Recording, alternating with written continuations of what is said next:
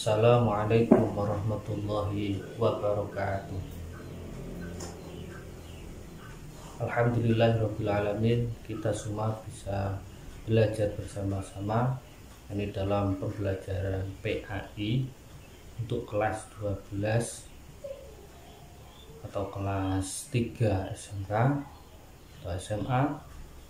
Semoga kalian sehat selalu.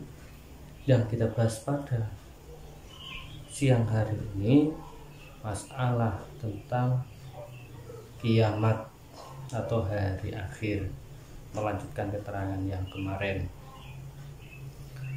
Untuk pembahasan kali ini yang dibahas, kita fokus pada pembelajaran kiamat kubro atau kiamat besar. Untuk ini nanti ada tanda-tanda yang harus kalian ketahui, karena apa? Nanti ada tanda-tanda alamatus sugro, berarti tanda kecil, wa alamatul kubro, tanda besar. Jadi kiamat kubro itu ada tanda-tandanya, ada tanda kecil dan ada tanda-tanda besar. Untuk tanda-tanda yang kecil ini ada beberapa, kalian baca ini ya, ada di sini. Yang pertama yaitu diutusnya Kanjeng Nabi Muhammad SAW. Diutusnya Nabi Muhammad itu merupakan sebuah tanda bahwasanya hari akhir itu sudah dekat. Karena apa? Nabi Muhammad itu adalah nabi yang terakhir, tidak ada nabi setelahnya, meskipun nanti ada Nabi Isa. Nabi Isa kan untuk itu melanjutkan syariatnya Nabi Muhammad nanti, tapi yang nabi yang terakhir yaitu adalah Nabi Muhammad. Berarti kalau sudah yang terakhir berarti sudah di ujung tanduk dunia ini, sudah hampir kiamat. Padahal itu sudah beberapa tahun dulu ya, sekarang itu 1400 sekian, berarti sekarang lebih dekat dari masa kanjeng Nabi. Yang selanjutnya adalah segala urusan, tanda-tanda yang kecil, yaitu segala urusan akan dipegang oleh orang yang bukan ahlinya.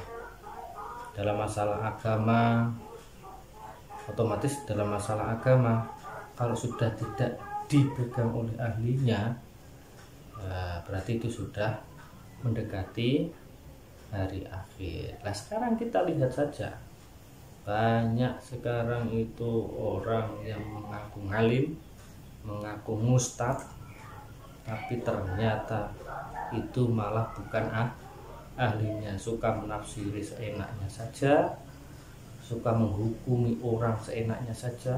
Orang Islam malah dikafirkan, bukan orang kafir diislamkan, tapi orang Islam malah dikafirkan. Itu berarti apa? Sudah tanda-tanda kiamat. Terus banyak pembunuhan. Sekarang kita lihat televisi, banyak pembunuhan orang-orang yang kurang ilmu agamanya, akhirnya membunuh anak, membunuh bapak-bapak, orang tua membunuh anaknya sendiri dan lain-lainnya. Contoh kasus hamil di luar, ini akhirnya apa? Anaknya dibunuh. Ada apa? Pacarnya takut, akhirnya pacarnya dibunuh. Nah, itu banyak sekali kasus-kasus. Itu berarti apa? Tanda kiamat kecil sudah dekat. Untuk selanjutnya yaitu merabaknya perzinaan, karena dalam kita bergaul salah, berkomunikasi dengan handphone dan lain sebagainya, itu kadang apa? Memfasilitasi maksiat dalam melakukan perzinaan. Padahal itu apa? Nanti akan itu adalah ketika sudah banyak orang zina, ketika tahun baru itu ada, saya membaca berita bahwasanya menemukan beberapa alat itu apa jenis kondom banyak sekali ketika malam tahun baru. Itu berarti tanda-tanda kalau ada orang apa ya, zina lah. Kalau di luar nikah itu namanya zina. Itu berarti tanda-tanda kiamat sudah dekat. Terus yang selanjutnya yaitu kaum wanita lebih banyak dari kaum laki-laki. Kita lihat saja kanan kiri itu banyak mana. Kalau masih banyak laki-laki aman lah, tapi kalau sudah banyak wanita ini berarti tanda-tanda kiamat. Tanda-tanda kiamat kubro sudah dekat, kiamat sudah dekat. Oke, itu tanda-tanda kecil. Untuk tanda yang besar ini ada beberapa tanda-tanda yang besar. Contoh terbitnya matahari dari barat, datangnya Imam Mahdi, Dajjal, Ya'juj Ma'juj, dan Nabi Isa nanti itu adalah ketika sudah dekat sekali. Jadi nanti Dajjal muncul, kemudian Imam Mahdi dan Nabi Isa memberantas Dajjal. Nanti ketika sudah mati, kehidupan makmur, terus nanti ada kiamat. Nanti sudah kiamat ketika matahari terbit dari barat. Nah, sudah dari barat itu berarti sudah hari akhir atau sudah kiamat, sudah tidak ada kehidupan di dunia lagi, tidak ada reinkarnasi, tidak ada kehidupan kedua di dunia lagi. Nanti selama-lamanya di akhirat. Nanti di akhirnya di neraka atau di surga. Tinggal kalian pilih mana. Kalau ingin hidup enak ya di surga. Kalau ingin di situ kalian hidup sengsara ya di neraka. Tinggal pilih saja, tergantung amal dan ibadah. Terus ketika sudah kiamat nanti ada fase-fasenya sebelum ke surga dan neraka. Jadi gak langsung ketika mati terus kamu neraka langsung, enggak, tapi ada perjalanan menuju surga dan neraka. Masih ada perjalanan selanjutnya. Jadi kalian diciptakan Allah berjalan di dunia beberapa tahun, nanti ada perjalanan lagi, yaitu yang pertama, fase yang pertama ketika sudah kiamat nanti ada yaumul ba'as.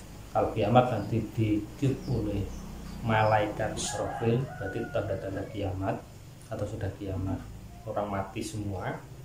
Ketika sudah mati nanti ada tiupan yang kedua kali, yaitu untuk membangunkan semua manusia yang sudah mati. Nah, pembangkitan ini namanya yaumul ba'as. Ini yaumul ba'as adalah hari kebangkitan manusia untuk kehidupan kedua di alam akhirat, bukan di dunia tapi sudah di akhirat untuk menuju surga dan neraka. Ini perjalanan pertama. Di situ apa? Nanti dia bangun dengan wajah yang berbeda-beda. Ada yang seperti anjing, ada yang seperti babi, ada yang seperti orang yang culek sekali wajahnya, ada yang berseri-seri, tergantung amal ibadah sebelumnya. Ketika amalnya baik, ya nanti wajahnya baik atau berseri-seri. Tapi kalau nanti amal ibadahnya jelek, tukang hibah dan lain-lain, itu nanti wajahnya ya semacam itu, wajahnya jelek, semacam amal ibadah yang dikerjakan sebelum meninggal dunia. Sudah dibangunkan, nanti dia digiring yaitu di sebuah tempat yang sangat lebar, panjang, luas. Di situ namanya padang mahsyar. Jadi semua mulai orang pertama kali di dunia sampai yang terakhir dikumpulkan menjadi satu. Ini yaumul mahsyar. Nah, yaumul mahsyar ini dikumpulkan semua orang, matahari itu diturunkan sekilan, jadi panasnya tidak umum. kayak enek bakul payung, kayak enek bakul es. Jadi yo ngelak, yo kepanasan. Ketika nanti ada orang tertentu yang mendapat naungan Allah, dia mendapatkan sebuah seperti tempat teduh. Ya, itu nanti ada pembahasannya lain. Dan nanti ketika tidak mendapat naungan Allah, dia kepanasan sampai digambarkan keringat itu keluar terus menerus sampai membanjiri semua orang tersebut. Jadi ngelang keringat pemeneh keringat kecut. Nah, itu di padang mahsyar dikumpulkan untuk apa? Nanti dia untuk mencari syafaat kepada para nabi yang akhirnya ujung-ujungnya itu mencari syafaat ke Nabi Adam tidak bisa, Nabi Musa tidak bisa, Nabi Isa tidak bisa, akhirnya ujung-ujungnya Nabi Muhammad Shallallahu Alaihi Wasallam yang mendapatkan syafaat. Nanti akan selamat, langsung masuk surga. Tapi ada yang tidak mendapatkan syafaat, yaitu nanti ada yang namanya yaumul jaza, pembalasan. Yaumul hisab dulu ya. Ini yaumul hisab. Yaumul hisab dihisab bukan dihisab bukan, tapi ditimbang amalnya antara amal baik dan amal yang buruk. Ketika ibadahnya baik berarti amal baiknya meningkat. Oh ternyata ini tukang bohong, berarti amal jeleknya yang itu ada tulisan sendiri-sendiri ditimbang. Oh nanti tangannya tangan ini dibuat apa, mulut dibuat apa, kalau dibuat jelek ya nanti ada catatannya, dihisap semua, dihitung. Terus telinganya mendengarkan maksiat apa enggak, tukang nguping, nah itu berarti kan dosa ya, berarti hisapnya atau tercatat dosa. Terus nanti kakinya dibuat kemana, delok orkes apa jumatan, digawe Habib Sean apa delok orkesan, itu dicatat semuanya. Alat kelaminnya dipakai apa, itu nanti dicatat semua dan tidak ada yang tertinggal. Amal pucuk kuku sekolah zarotin, jadi sekecil apapun amal ibadah baik itu dicatat, sekecil apapun pekerjaan jelek ya dicatat. Itu nanti apa? Itu namanya yaumul hisab, dihitung. Nanti berat yang mana, berat yang jelek apa yang buruk. Berat yang buruk atau yang baik. Nah nanti ketika sudah dihisab, dihitung, kok banyak yang baik berarti ada pembalasannya. Nah itu kalau pembalasan itu namanya yaumul jaza. Ngomongin awakmu si awakmu penggaweanmu api, jazamu api, atau ngamal ibadahmu lebih baik daripada amal burukmu, berarti kamu nanti yang jaza apa? Yang mendapatkan balasan yang setimpal, yaitu apa? Kalau baik berarti masuk surga, kalau buruk berarti masuk neraka. Itu namanya yaumul jaza. Kalau hisab itu perhitungan amal baik dan buruk, kalau yaumul jaza adalah pembalasan bagi setiap manusia atas segala amal perbuatannya di dunia. Itu saya membedakan ya.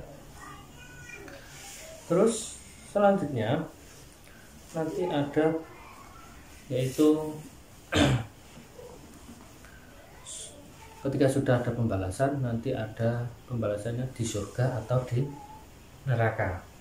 Kalau di surga kita bahas, yaitu surga ada 7 macam atau 7 surga.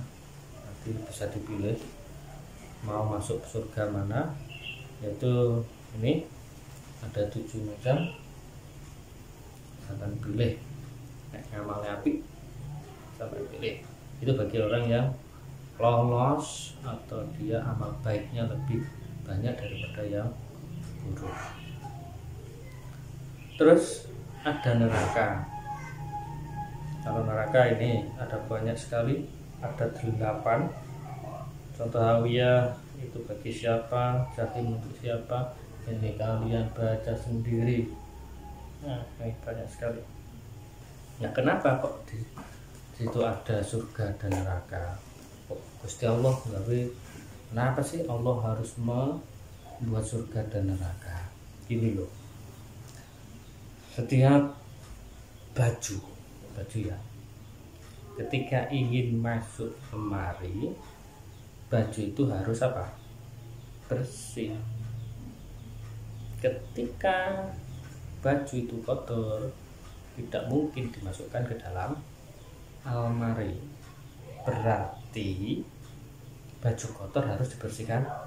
Ketika kena uli, kena kotoran ayam, kena cat, itu berarti apa? Harus dibersihkan dulu, ya disikat, ya dikeplek-keplek nih, dan lain sebagainya, supaya apa? Kotoran-kotoran itu hilang. Nah, Allah ibarat almari itu surga dan neraka itu tempat cucian. Nek menungso kakean dosa yo ngrasani hebah. Di situ orangnya jarang sholat, jarang zakat, jarang ibadah, senengane maksiat dan lain sebagainya, berbohong dan lain sebagainya. Itu berarti apa? Dia banyak dosanya, banyak kotorannya, harus disikat di neraka. Ya dicelup-celup lilin di neraka, ya dikompi banyu panas, dilep-lep nih, biar apa? Dia dosa-dosanya luntur, tidak ada dosanya. Baru ketika sudah bersih, dia dimasukkan ke dalam surga. Makanya ketika melakukan maksiat banyak, di nerakanya nggak akan lama. Tapi kalau maksiatnya sedikit, ya di neraka tidak akan lama.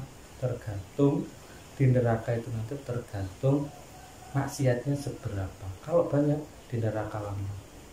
Kalau maksiatnya sedikit, berarti di neraka juga tidak lama. Ketika sudah bersih, nanti pindah ke surga.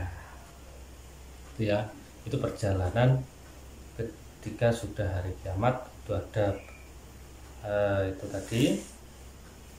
Terus fungsi kita memahami hari-hari akhir, apa jenis pelajaran hari akhir ini, supaya apa?